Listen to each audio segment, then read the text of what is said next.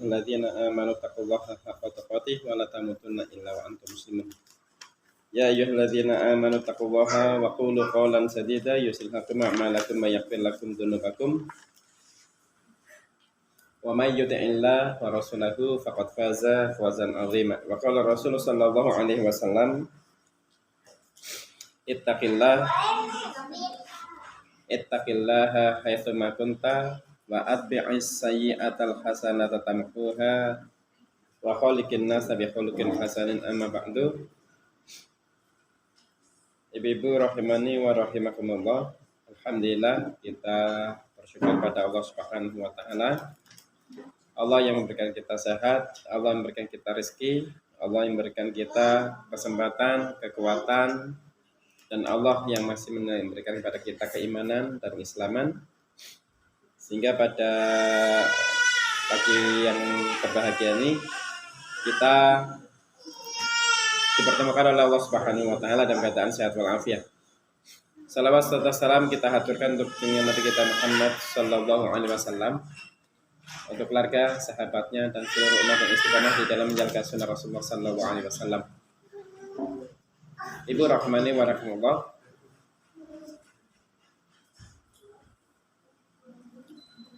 Salawat dan salam kita haturkan untuk Nabi kita Muhammad sallallahu alaihi wasallam, untuk keluarga, sahabatnya, dan seluruh umat yang istiqamah di dalam menjalankan sunnah Rasulullah sallallahu alaihi wasallam. Saya waskan pada hadirin sekalian, mari kita terus jaga takwa kita dengan melaksanakan perintah Allah dan meninggalkan larangan Allah Subhanahu wa taala. Pacaran. Peringatan. Kipasnya bagaimana itu? Keringetan enggak nyaman.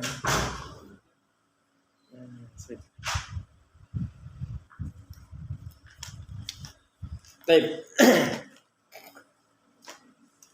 Ada dua kondisi, dua kalimat yang selalu hadir dalam kehidupan kita. Yang dua kalimat ini bisa bernilai negatif, bisa bernilai positif. Bisa memberikan kita kebaikan, bisa memberikan kita keburukan. Kondisi ini akan selalu ada dalam diri kita. Dalam kondisi apapun, dua kalimat ini sering dipakai oleh kita. Itu mau nggak mau, karena itu keniscayaan. Dalam hidup, ketika kita hidup, pasti semua hidup itu memiliki satu kalimat apa? Resiko. Kalimat resiko itu kalimat yang sering kita gunakan sebagai bentuk untuk pemakluman sebuah tindakan. Itu resiko. Ketika kita masih sendiri, ya kita punya resiko. Ketika kita nikah, ya punya resiko. Ketika punya anak, ya punya resiko. Punya cucu, ya punya resiko. Semuanya ada resikonya. Yang jadi masalah, ketika kita menggunakan istilah resiko, konotasinya positif atau negatif? Kalau kebanyakan negatif ya. Itu sudah frame kita begitu. Dari dulu kalau udah resiko negatif aja. Padahal bisa jadi resiko itu positif. Cuma udah kadang kita terbiasa dengan frame-frame negatif, sehingga ketika menggunakan satu kalimat yang muncul dalam diri ya yang negatif aja. Itu. Kita cek ya. Oke. Risikonya orang nganggur. Risikonya orang nganggur apa? Risikonya orang nganggur nggak punya duit. Terus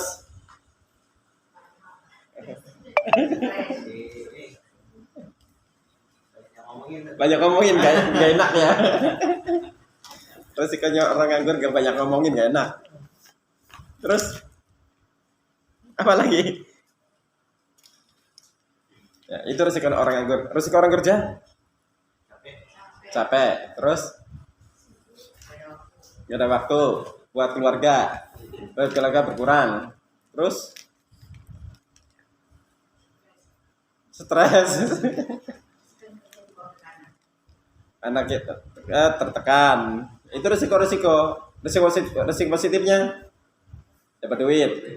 Kan gitu. Itu nggak pernah dipikirin deh. Resiko positifnya nggak pernah dipikirin. Ya, itu resiko. Nah, jenengan udah jadi ibu rumah tangga. Resikonya jadi ibu rumah tangga lah. Gimana? Kurang. Anginnya kurang maaf.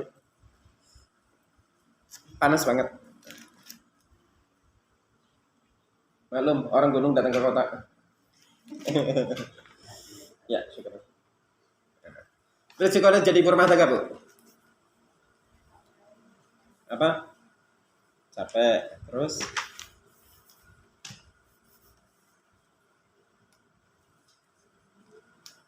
udah capek doang. Ya udah. Banyak. Ya ditulis. Banyak masalah. Resikonya, Pak, dengan suami. Resiko dengan suami apa? Kurang waktu dengan suami, capek, terus ada salah paham dengan suami, terus harus nyucikan baju suami, harus masak masakan untuk suami, nggak bebas yang dulu layar keluyur bebas, sekarang harus izin suami, harus siap-siap hamil, kan itu risikonya kan hamil. Ada orang yang rumah tangga nggak mau mengandung. Ada resiko hamil nggak mau. Ada. Dan orang barat itu paling malas untuk hamil, makanya muncul bayi tabung dan sebagainya. Tapi ala kulli hal itu resiko ya. Jadi orang Islam pun ya ada resikonya. Jadi orang beriman pun ya ada resikonya. Resikonya apa? Ya. Harus tunduk pada syariat, harus sholat, harus pakai hijab dan sebagainya. Oke, Ibu rahmanullah, kalau dalam semua urusan yang kita miliki itu frame-nya adalah resiko, kira-kira yang muncul dalam diri kita apa? Dalam hidup kita, kalau tumpukan resiko itu ujungnya adalah apa? Beban. Itu ya. Tumpukan dari sekian resiko saya adalah ini. Dan itu akhirnya ibu kita semua merasa hidup ini penuh dengan beban. Beban seorang istri harus bla bla bla banyak. Ini dari kumpulan dari resiko. Beban orang Islam harus ini kenapa? Itu resiko. Beban seorang suami apa? Bla bla itu resiko. Kumpulan resiko jadilah beban. Dan ketika kita memframekan dalam hidup ini adalah tumpukan beban dalam diri kita, namanya beban itu ringan apa berat? Berat. Artinya apa? Tidak mungkin sanggup kita memikul beban begitu banyak, nggak mungkin. Tapi kenapa ibu masih bisa bertahan di rumah tangga dengan begitu banyak beban? Karena takut kepada Allah. Kalau pakai kalimat beban, itu nanti ada masa jenuh.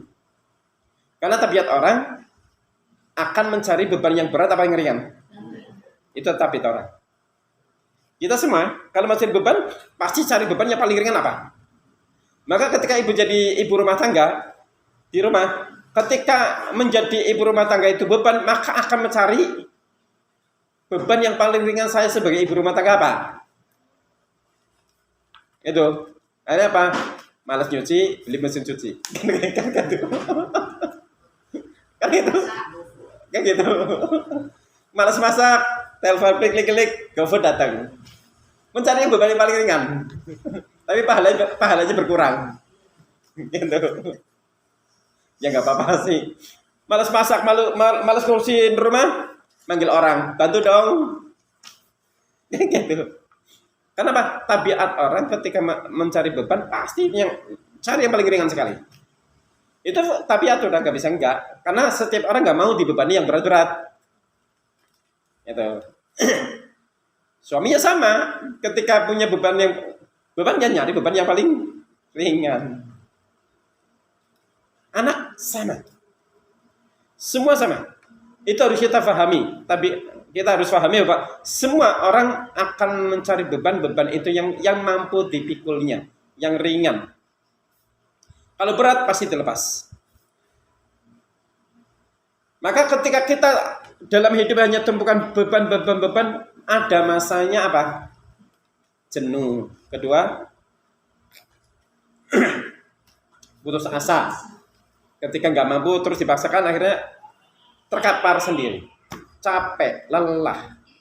Maka muncul kalimat seorang istri pada suaminya, Pak, Mas capek, Mas lelah, Pak lelah. Kenapa lelah? Udah nyuci, ngepel, masak, anaknya rewel lagi, ditambah bapaknya datang ikut rewel. Yes. Akhirnya capek, tertumpuk-tumpuk dan lelah, penat. Dan kalau sehari 2 hari mungkin bisa bertahan berbulan-bulan, bertahun-tahun. Itu yang akhirnya kalau kita tidak punya iman, udah bubaran urusannya.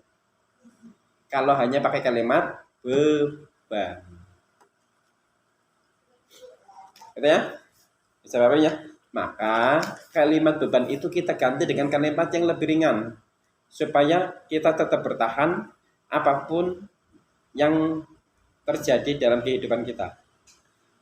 Kalimat bebannya, walaupun ada sisi positif, misalkan Pak, seorang anak yang dulunya bujang, kemudian nikah, karena dia beban punya istri, maka sisi positifnya apa? Ada ikhtiar untuk mencari nafkah. Itu sisi positifnya. Ya, ketika ibu kerjaan itu beban, sisi positifnya semua dikerjakan semuanya. Kenapa? Kalau nggak segera dikerjakan, beban itu tetap masih ada. Sisi positifnya di situ. Sisi negatifnya ada kejenuhan itu aja. Ada masa jenuh. Setelah itu apa? Sebagai wanita, hidup yang paling baik ada di rumah. Kalau di rumah terus ditambah dengan pengaruh oleh kehidupan luar hari ini, nah lama-lama boring. Wanita di rumah terus lama-lama kalau tidak betul-betul difahami kaidahnya, maka pasti bosan, pasti jenuh. Maka akhirnya menuntut pasangannya untuk refreshing, nyari hiburan, untuk segera menghilangkan penat. Itu kalau frame kita adalah hidup itulah beban. Sisi negatifnya itu. Kalau suaminya tidak memberikan kesempatan untuk refleksi karena kesibukan yang luar biasa, muncul apa? Sebel sama pasangan. Itu dampak-dampaknya. Sebel sama pasangan, pasangan hanya tertekan sama pasangan, saya hanya duduk kerja ngurusi rumah tangga, tapi hidupku tidak pernah mendapatkan kesenangan. Seakan-akan tidak pernah senang. Kalau frame-nya beban. Dirubah ya. Frame itu dirubah. Frame beban itu dirubah dengan kalimat yang syar'i dan itu indah sekali. Apa? Beban itu dalam Islam namanya apa? Dalam hidup itu hanya 2 kondisi yang kita apa? Kewajiban. Beban itu dialihkan dengan kaidah syar'i dengan menggunakan taklif, kewajiban. Kalau sudah menggunakan kewajiban, Bu, ketika sholat itu beban, ya begitu di frame-nya dirubah, sholat itu kewajiban, ringan apa berat? Ringan. Ketika ibu nyuci, beban diganti, ini kewajiban saya, selamat di rumah, ini urusan saya, kewajiban saya, maka ringan berat. Jadi ringan. Ini kewajiban. Tunaikan aja kewajiban itu. Kewajiban istri apa? Berbakti pada suami. Kewajiban istri apa? Memuliakan suami, lemah lembut pada suami, bersyukur pada suami. Terus apa lagi? Membantu urusan suami dalam rumah tangga. Itu kewajiban seorang istri di rumah. Jalankan saja. Jalani saja. Kewajiban istri ya mencari nafkah. Kepala buat kepala, kaki buat kaki, di luar untuk mencari nafkah, berjibaku, kadang dapat, kadang tidak, bagi yang usaha, bagi yang dagang. Kalau yang gajian itu jelas. Kalau gajian itu ya udah segitu-gitu aja udah. Bagi yang usaha, dagang, kadang dapat, kadang enggak. Maka ya tunaikan aja sebagai kewajiban saya sebagai suami ini.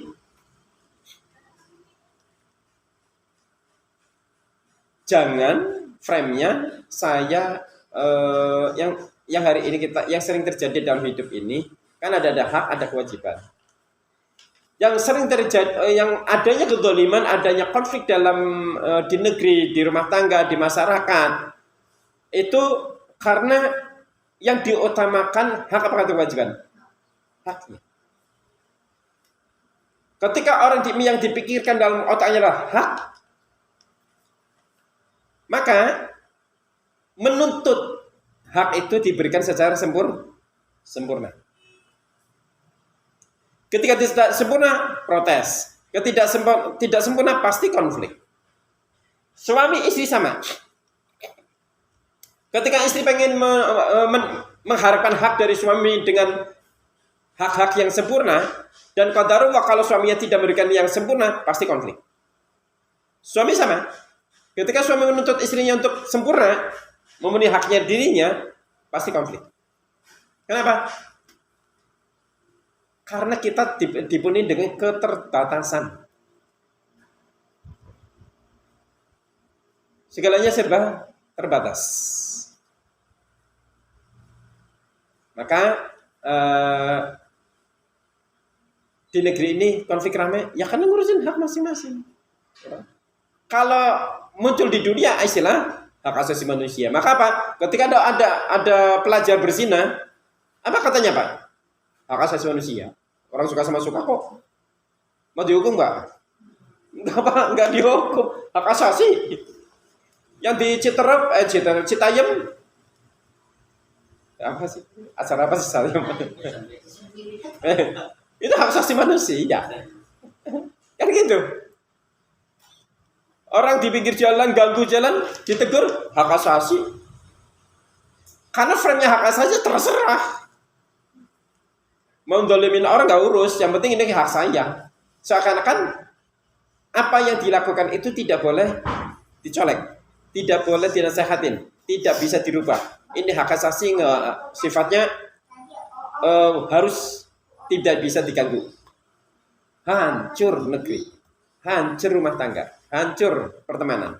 Kalau frame yang dimuncul adalah hak asasi manusia, maka dirubah frame-nya. Ya. Dalam hidup bukan untuk mencari hak, tapi untuk menunaikan kewajiban. Ya. Nah, kalau sudah ditunaikan kewajibannya, haknya gratifikasi gimana? Bu, jenengan di rumah udah capek nyuci, masak, ngurus anak. Suaminya datang zong. Kan ibu kan lagi mengharapkan nanti suaminya pas datang dapat sekian nanti buat SPP, buat kontrakan, buat listrik, buat ternyata datang zong. Apa yang terjadi di ibu?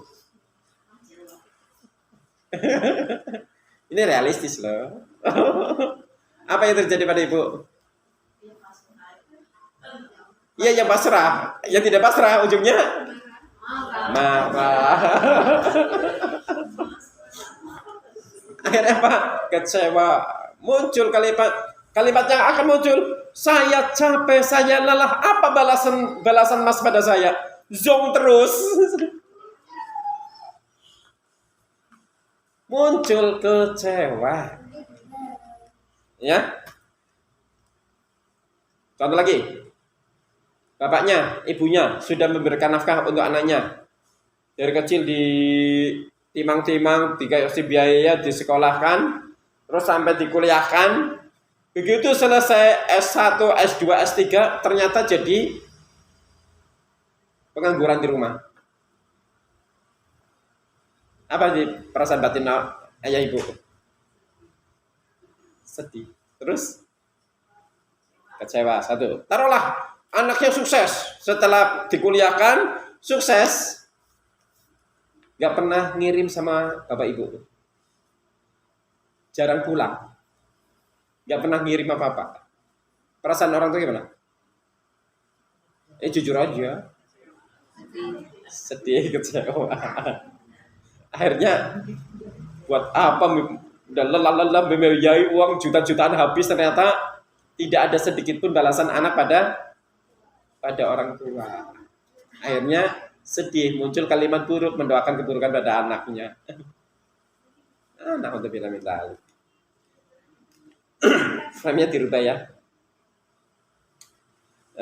Ini karena realita di lapangan begitu. Ya, realitanya memang kondisi-kondisi orang-orang yang akhirnya kecewa dengan anak, suami kecewa dengan istri kecewa dengan suami, anak kecewa dengan orang tua kecewa dengan anak terus. Kenapa? Karena yang ada dalam dirinya adalah akunya. Satu. Kedua, yang ada dalam dirinya setiap apa yang dilakukan, setiap apa yang dikerjakan harus ada balasan yang setimpal, yang sepadan dari orang lain. Dan itu yang bikin kecewa. Ya. Maka dalam hidup ini tunaikan saja kewajiban. Kalaupun hak yang akan ditanya oleh Allah, hak atau kewajiban sih? Kewajiban kan gitu. Yang akan dihisab oleh Allah Subhanahu wa taala itu kewajiban kita, bukan hak kita. Kalaupun di dunia ini kita nggak dapat haknya dari orang lain, yang penting kewajiban kita sudah ditunaikan, selesai. Masalah itu haknya tidak ditunaikan, itu kezaliman dia kepada kita, itu tergantung kita ridho atau tidak. Kalau ridho selesai, maafkan aja. Kalau tidak ridho silahkan minta, karena itu hak. Silahkan mintanya juga yang baik-baik, mintanya dengan cara yang baik. Gitu. Maka ibu rahmatullah, ini nanti supaya frame kita lebih ringan, menghadapi apapun jadi ringan ketika kita menggunakan frame kewajiban. Jangan beban, jangan risiko. Tunaikan aja kewajiban. Terkadang sekalipun kita sudah menunaikan kewajiban, terkadang dipersepsikan salah oleh anak kita, oleh pasangan, oleh orang lain, oleh teman, itu tetap punya potensi persepsinya salah. Contoh, mau misalkan orang kerja di perusahaan, kerjanya bagus banget, bosnya senang. Apa kata temannya? Wah, carmuk.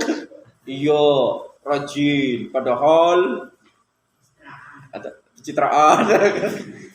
Persepsinya begitu, padahal sudah ikhlas banget, sudah sungguh-sungguh banget, tetap dipersepsikan buruk oleh orang lain. Saya punya kasus seorang ibu, dia punya kasus lama dengan orang tuanya. Qadarullah ini cerai. Cerai apa meninggal saya, Pak? Meninggal. Bapaknya meninggal. Akhirnya yang harus membiayai hidupnya adalah ibunya. Karena ibunya tidak mempunyai usaha di rumah waktu itu, akhirnya terpaksa harus jadi TKW ke Saudi.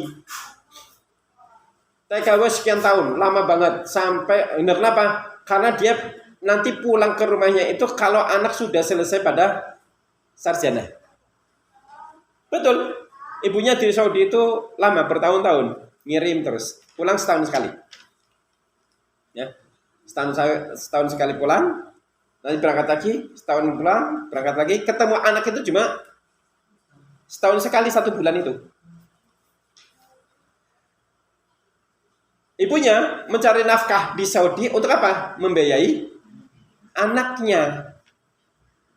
Anaknya dititipkan mbahnya kalau salah seingat saya lupa ya. Apa? Anak bisa sampai kuliah. Bisa sarjana. Ibunya salah nggak? Enggak ya? Persepsi anaknya? Salah. Kenapa? Salahnya gimana? Terus? Tidak membersamai. Gitu. Tapi menurut ibunya? Benar. Kenapa? Nggak ada jalan lain. Nggak ada jalan lain untuk bisa membesarkan anak, untuk bisa membiayai anak sampai kuliah itu saja harus kerja ke luar negeri. Toh anak sudah saya titipkan ke mbahnya. Toh ada yang hormat ini. Persepsinya berbeda antara anak dengan orang tua. Akhirnya apa? Anak selamanya benci sama orang tuanya karena merasa kehilangan kasih sayang. Ibunya membela diri, orang saya kurang kasih sayang dari mana? Semua kayak kamu minta saya kasih, saya beli dan sebagainya. Minta ini kasih, semua permintaan dikasih, sampai kuliah dikasih, sampai sarjana. Dua kondisi ini nggak ketemu. Ya. Ibunya yang ngotot nggak ngaku salah, anaknya juga ngotot nggak ngaku salah. Ustaz belum ketemuin, aduh mau nemuin kok susah banget. Karena apa? Dua-duanya ngeblok, saya yang benar. Muncul ketika orang pada rebutan benar, ujungnya apa? Konflik. Walaupun konflik, tetap yang salah siapa? Antara anak dengan orang tua, kalau konflik yang salah tetap anak. Penyebabnya, walaupun tetap penyebabnya adalah orang tua. Nggak ada konflik orang tua dengan anak-anak menentu, nggak ada ceritanya. Anak tetap anak, posisinya harus merendah. Nggak bisa, Mbak. Nggak bisa anak mengalahkan orang tua, itu nggak bisa. Walaupun anak ngaku benar, anak adalah anak, tetap harus merunduk pada orang tua dan manut pada orang tua, memuliakan orang tua, bersyukur pada orang tua, santun pada orang tua, itu anak. Nggak boleh anak bentak, nggak boleh anak kasar, nggak boleh anak membenci orang tua, nggak boleh. Frame-nya kalau konflik antara anak dengan orang tua, maka selamanya orang tua yang menang. Cuma tetap orang tuanya harus menyadari, jangan-jangan penyebabnya adalah saya. Nah, ini realistis ya. Akhirnya apa? Persepsi anak pada orang tuanya apa? Dasar ibu, kalau ini dasar ibu hanya bisa memberikan, ibu hanya bisa kerja, memberikan uang, tapi tidak bisa memberikan kasih sayang. Persepsi ya? Ya. Sekarang persepsi ibu pada bapak yang sering negatif apa, Bu? Ada nggak? Padahal bapak nyari nafkah dan sebagainya, begitu pulang tetap dipersepsikan salah. Apa? Misalkan? Iya, bapak hanya bisa ngurusin urusan luar, di rumah nggak pernah bantuin. Persepsi. Gitu.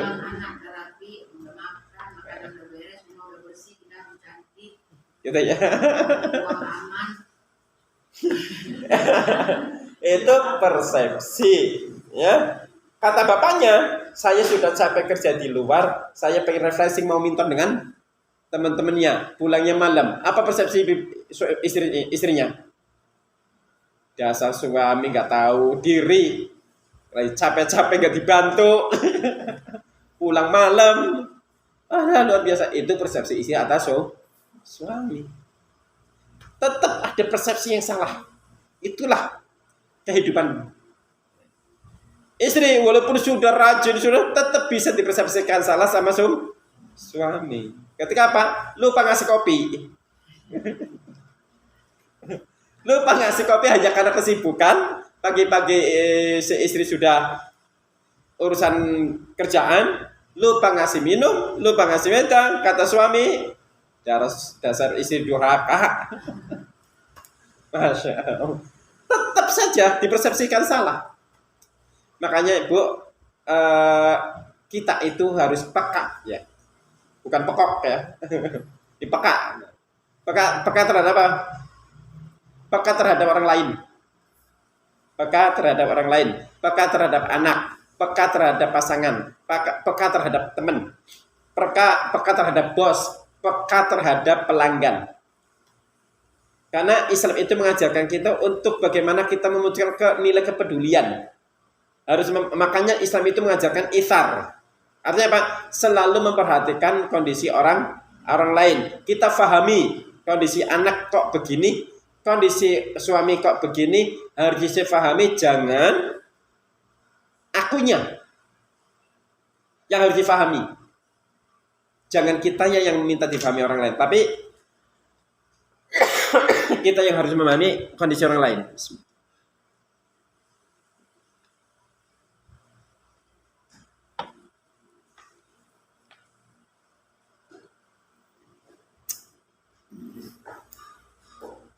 Baik.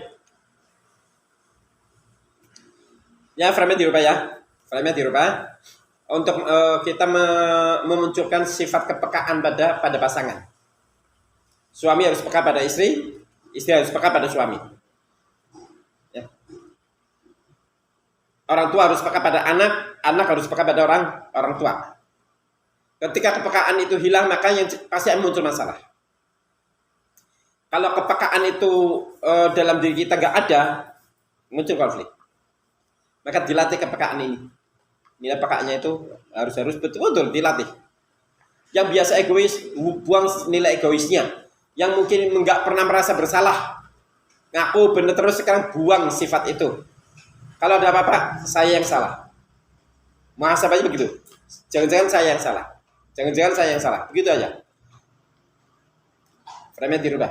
Ya, makanya ketika menasihati anak pun ya harus hati-hati kalimatnya. Kenapa? Walaupun kalimatnya benar, tetap bisa dipersepsikan salah sama anak. Itu persepsi. Makanya hati-hati. Ibu sudah nasihatin, udah. Kata anaknya juga persepsinya sudah beda pada orang tua, nggak jadi. Gitu ya? Maka kepekaan ini harus dilatih dalam diri kita. Dalam hidup yang sering terjadi, kecintaan itu muncul terkadang hanya karena salah satu menjalin kepekaan, salah satu yang sifat untuk kita bisa peka itu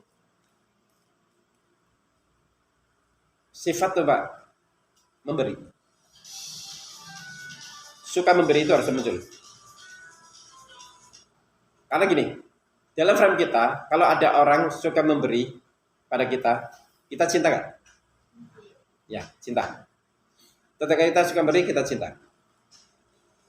Pasangan ibu suka memberi, kita cinta. Tetapi dalam Islam, ketika cinta itu persyaratannya harus memberi, hancur.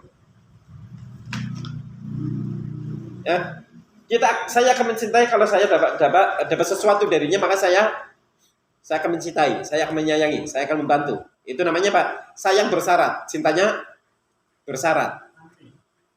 Ya bersyarat aja.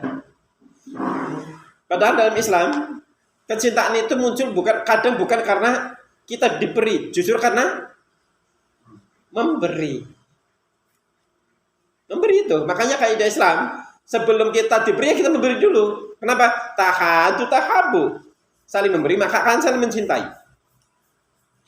Kalau persyaratan cinta dan sayang itu harus diawali kita diberi, pertanyaan saya, Bu, jangan masih anak-anak kan? Masih anak dari orang tua kita kan? Pertanyaan masih anak-anak.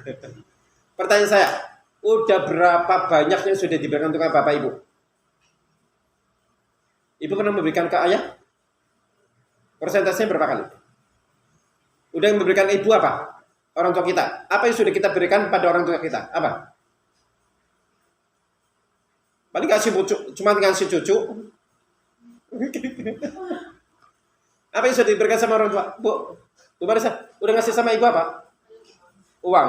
Berapa rupiah? Kalau uang berapa rupiah yang diberikan oleh ibu pada orang tua? 1 miliar? Nggak pernah nyampe. Udah sebanding belum pemberiannya dengan orang tua? Bukan belum lagi, nggak pernah sebanding. Pertanyaannya, tapi orang tua kita walaupun nggak pernah diberi oleh kita, orang tua selalu memberi pada kita nggak? Itulah hebatnya orang tua. Kadang anak nengok orang tua bawa beras 10 kilo, bawa sembako sedikit, pulangnya bawain sekarung. Itu orang tua. Nah, kenapa orang tua itu semakin cinta kepada anak? Kenapa? Karena memberinya itu. Dari kecil kita selalu diberi. Selalu diberi. Semakin memberi semakin sayangnya orang tua pada anak. Beda ketika orang tua itu tidak pernah memberi pada anak. Nilai sayangnya pun hilang. Nilai sayang itu hilang karena tidak pernah memberikan pada anak.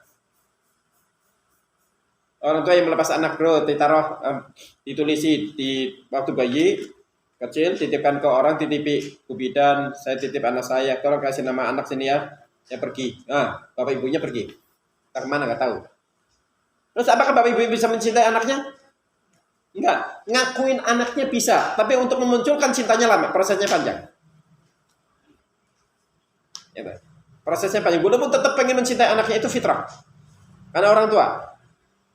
Tapi untuk memunculkan cintanya itu prosesnya banyak. Kenapa? Karena selama ini tidak bisa memberikan kasih sayang, tidak pernah memberikan nafkah. Akhirnya hubungan timbal balik muncul. Karena anak merasa tidak pernah mendapatkan kasih sayang, maka akhirnya untuk menyayangi orang tuanya pun butuh proses, walaupun harus butuh proses. Makanya kalau bahasa orang Gaulnya, singa kalau selalu kasih makan lama-lama jinak. Maka kalau mau menjinakkan orang yang keras, kasih makan aja tiap hari. Ya, enggak, ini karena proses gitu ya. Jadi bisa jadi kasih sayang kita kepada anak kita itu karena kita selama ini bakhil pada anak kita. Bisa jadi sangat mungkin. Bisa jadi nilai kasih sayang kita hilang pada pasangan karena kita nggak pernah memberi pada pasangan. Maunya diberi terus. Sangat mungkin.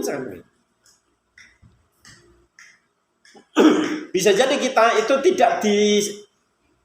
tidak memunculkan cinta, ukhuwah itu lepas.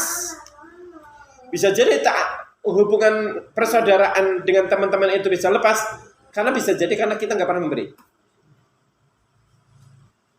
Itu. Maka frame-nya kita rubah. Kalau kita pengen munculkan rasa cinta dalam diri kita dan cintanya orang lain kepada kita, maka kita harus banyak memberi. Dan makanya kaidah Islam al-yadul ulya khairum min al-yadis sufl. Tangan di atas lebih baik daripada tangan yang di bawah. Makanya kalau dikasih ngambilnya dari atas.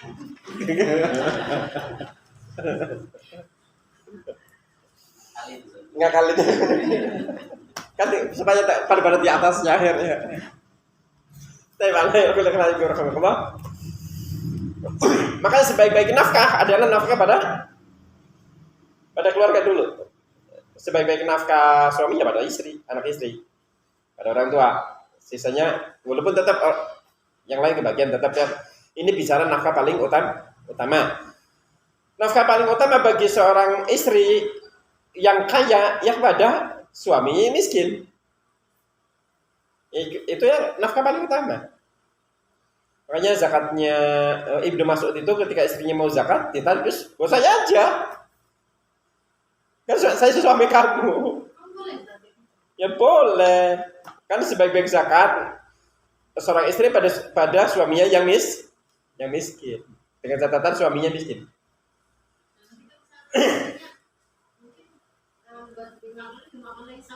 Ya nggak apa-apa. Itu kan jadi nafkahnya. Kan dikasih zakat, dimakan bareng-bareng kan jadi nafkah untuk keluarga. Dimakan bareng-bareng ya nggak apa-apa. Boleh, kalau orang tuanya miskin. Ya karena yang punya kewajiban menafkahi siapa? Anak apa orang tua? Orang tua. Batasnya kapan? Balik aslinya. Aslinya anak balik. Laki-laki itu kalau sudah balik nggak ada kewajiban nafkah untuk orang tua. Aslinya ya. Cuma saking sayangnya orang tua sampai kuliah aja dibiayai, terus sampai sekarang masih dibiayai. Padahal orang tua sudah nggak ada kewajiban, batasnya balik. Cuma sekarang anaknya itu balik dari umur, tapi nggak mumayyiz ya yang belum bisa mandiri. Ada apa? Ya orang tuanya tetap kasih karena cintanya kasih terus sampai bisa mandiri, sampai bisa kerja. Kadang sampai masih kerja pun ya orang tua masih aja ngulungin. Itulah orang tua luar biasa. Kalau perempuan sampai nikah. Kalau sudah nikah udah selesai.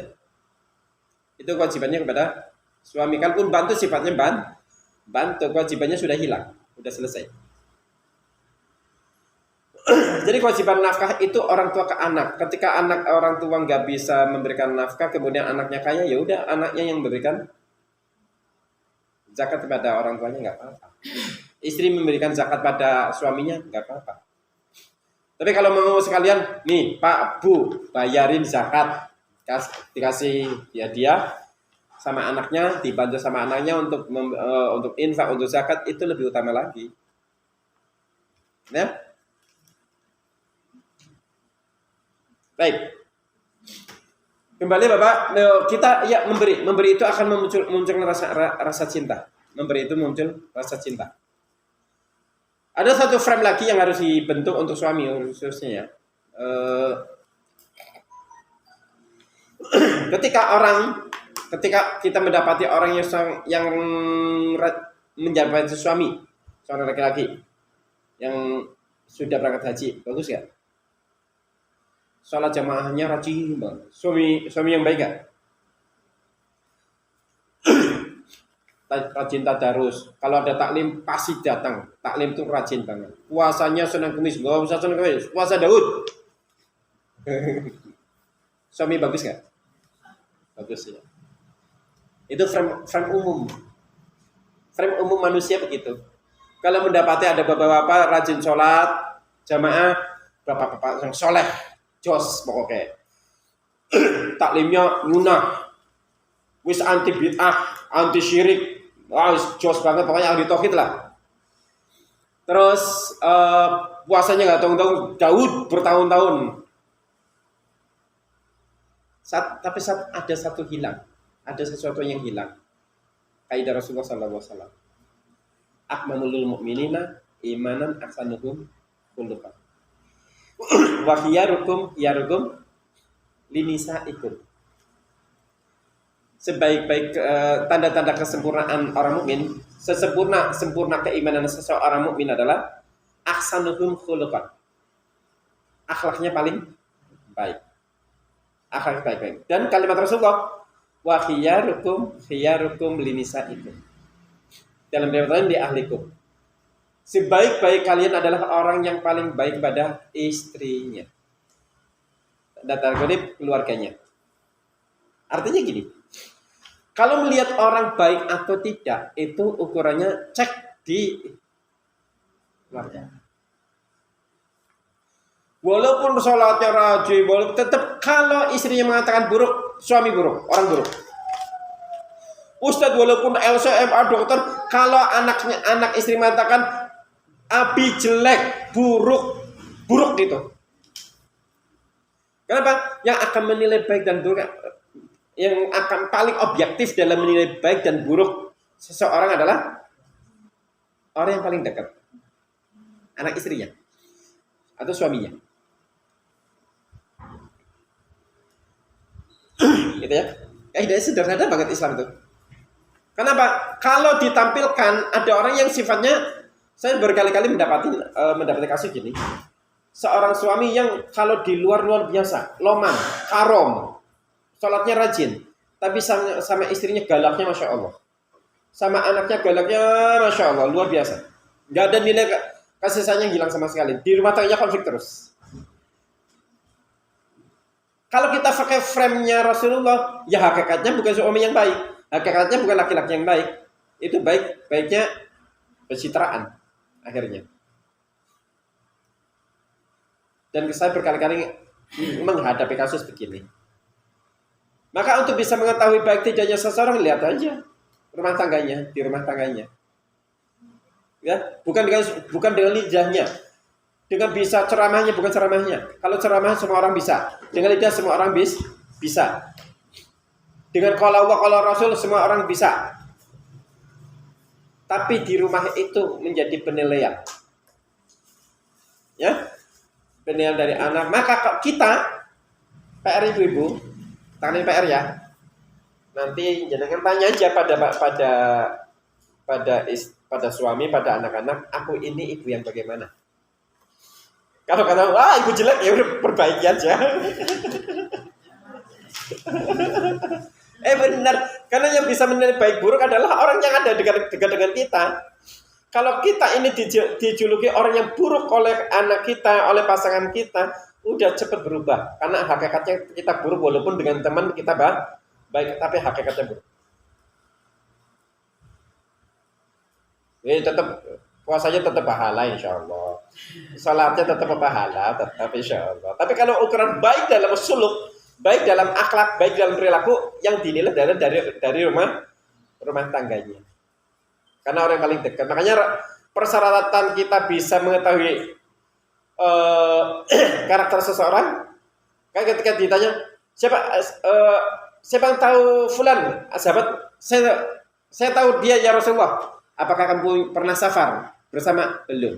Apakah kamu pernah mabit bersama? Belum. Kalau begitu kamu belum pernah tahu.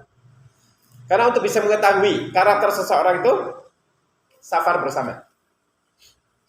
Safar bersama, jalan-jalan tapi dengan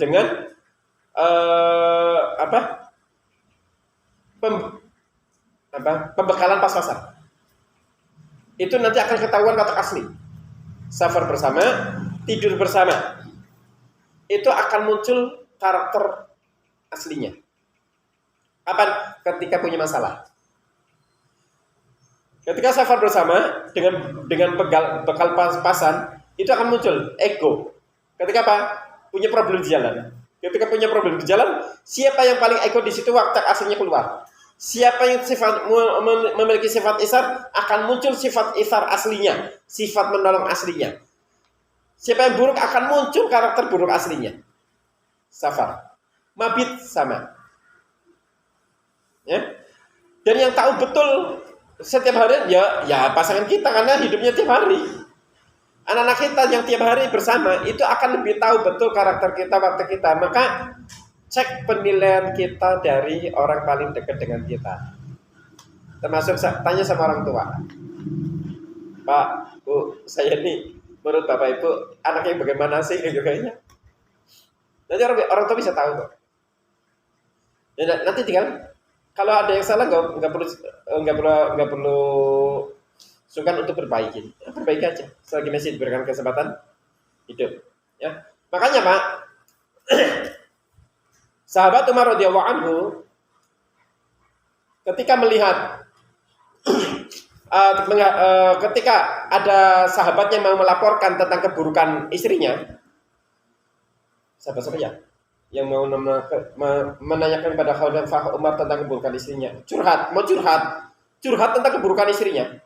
Sampai ke rumahnya Khalifah Umar, ternyata Khalifah Umar sedang dimarah-marahin sama istrinya. Kan lebih parah lagi, Khalifah dimarah-marahin sama istrinya Pak. Akhirnya dia berat lah, Umar orang yang tegas, orang yang keras, seorang Khalifah dimarah-marahin istrinya kok diem? Lah saya apa? Saya harusnya lebih diam lagi, harus bersabar lagi. Akhirnya dia balik. Setelah itu istrinya sahabat Umar berhenti, sahabat Umar keluar melihat sahabatnya keluar, berpaling, dipanggil. Fulan, ada apa? Ada perlu apa kau kemari? Jawabannya Pak, wahai Amirul Mukminin, sungguh aku kemari mau mengadukan tentang keburukan akhlak istriku, tetapi aku dapati engkau sedang dimarah-marahin sama istrimu. Kalimatnya sahabat Umar sederhana. Maafkan istrimu. Karena istrimu yang melahirkan anak-anakmu. Istrimu yang mencucikan baju untukmu.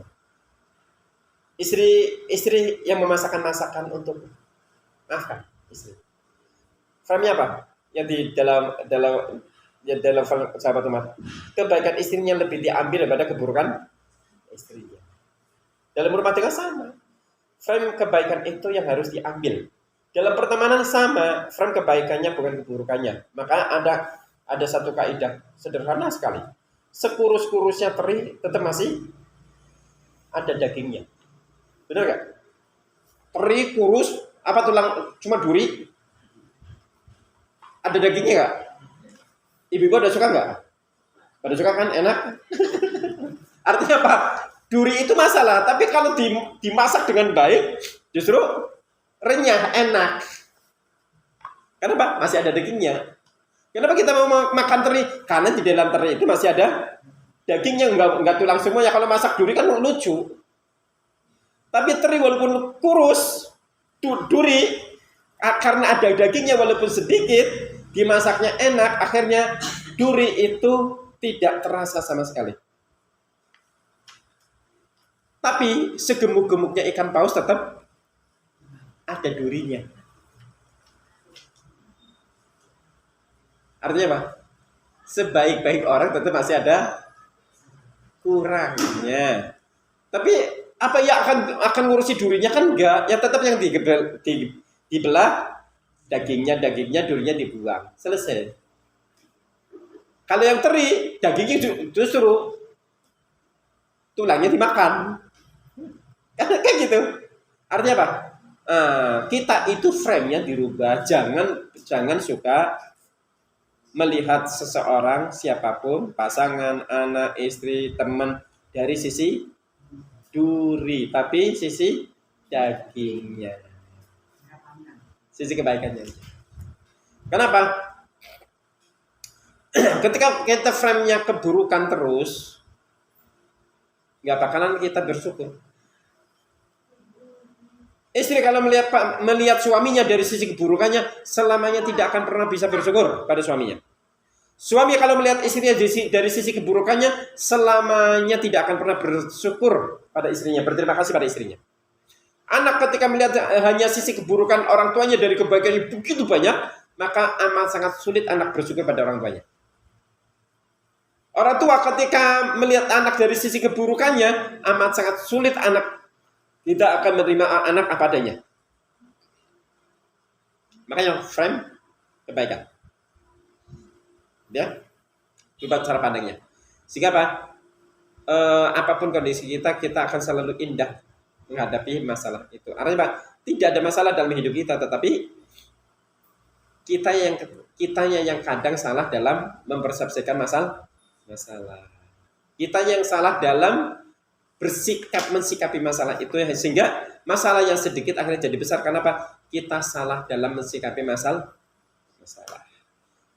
Sementara masalah yang besar jadi kecil sekali karena kita pandai dalam mensikapi masalah. Tergantung kitanya. Maka apa? Ya, sekali lagi kewajiban kita bagaimana kita memenuhi dalam hidup ini, menunaikan kewajiban. Tunaikan saja. Sehingga walaupun misalkan anak sudah dikuliahkan dan sebagainya, nggak balas kebaikan kita sebagai orang tua, misalkan kita sudah kewajiban saya kepada anak sudah selesai. Anak balas, alhamdulillah. Nggak balas, doakan aja kebaikan oleh kita. Ibu sudah kerja dan sebagainya, ngurusi rumah, sementara suami belum bisa ngasih nafkah, tetap kewajiban ibu sudah selesai. Ya, masalah hak silahkan dibicarakan dengan baik-baik dengan suami. Suami ngasih nafkah pada istri, udah ditunaikan, ternyata istri tetap tidak manut, tidak taat, itu urusan istri kepada Allah. Tergantung kitanya ridho atau tidak sebagai suami, memaafkan atau tidak. Maka frame-nya yang penting kewajiban sudah kita tunaikan, hak dikasih alhamdulillah, nggak dikasih kita tetap bersabar, doakan kebaikan. Kalau kita haknya Allah diberi, Allah pun akan memberikan hak kita. Sebagaimana sabda Rasulullah SAW, Ma haqqullah 'alal ibad wa ma haqqul ibadi 'ala Allah.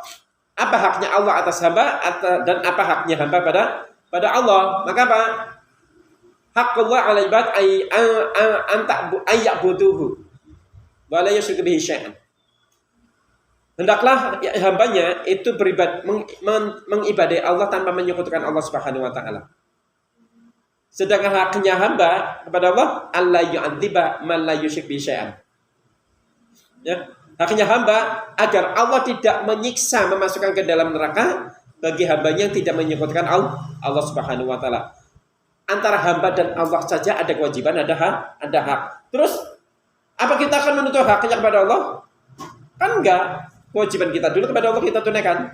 Dengan sendirinya pasti Allah akan memberikan haknya kita. Ketika kewajiban kita tunaikan. Baik, cukup ya. Jangan lama-lama. Sejam baiklah. Itu ya. Ya, PR-nya tunaikan aja kewajiban dengan baik. Gak usah mikirin. Nah, karena yang akan dihisab oleh Allah adalah kewajiban kita. Kewajiban kepada orang yang akan saya kewajibannya sudah saya tunaikan. Masalah Mas mau ngasih, monggo. Nggak ngasih, ya saya doakan besok mudah-mudahan dapat rezeki, selesai, nyaman. Ya, nanti hidup kita akan nyaman ketika kita yang dipikirkan adalah kewajiban. Ya. Terus kedua, cara pandang kita benarkan. Jangan melihat sisi keburukan, tapi sisi kebaikan. Untuk apa? Untuk kita terus berbuat baik pada orang yang ada di sekitar kita, terutama pasangan suami istri, anak dan orang tua, pertemanan, persaudaraan. Dia sebenarnya adalah sisi kebaikan, jangan keburukan. Kenapa? Karena dijamin kita juga banyak keburukan. Ya, karena dijamin kita juga banyak keburukan. Maka apa? Kalau kita terbiasa dengan frame kebaikan, maka orang lain pun akan melihat kita dari sisi kebaikan. Tapi kalau kita terbiasa dengan kacamata keburukan, maka orang lain pun akan melihat kita dari kacamata buruk kita. Ya, waliyadzubillah. Sedangkan kita yang akan kita raih, pengen apa? Ya kebaikan terus. Tapi aku lupa lihat fastaghfirullah. Waalaikumsalam subhanallahi wa bihamdika asyhadu an la ilaha illa anta astaghfiruka wa atubu ilaik. Assalamualaikum warahmatullahi wabarakatuh.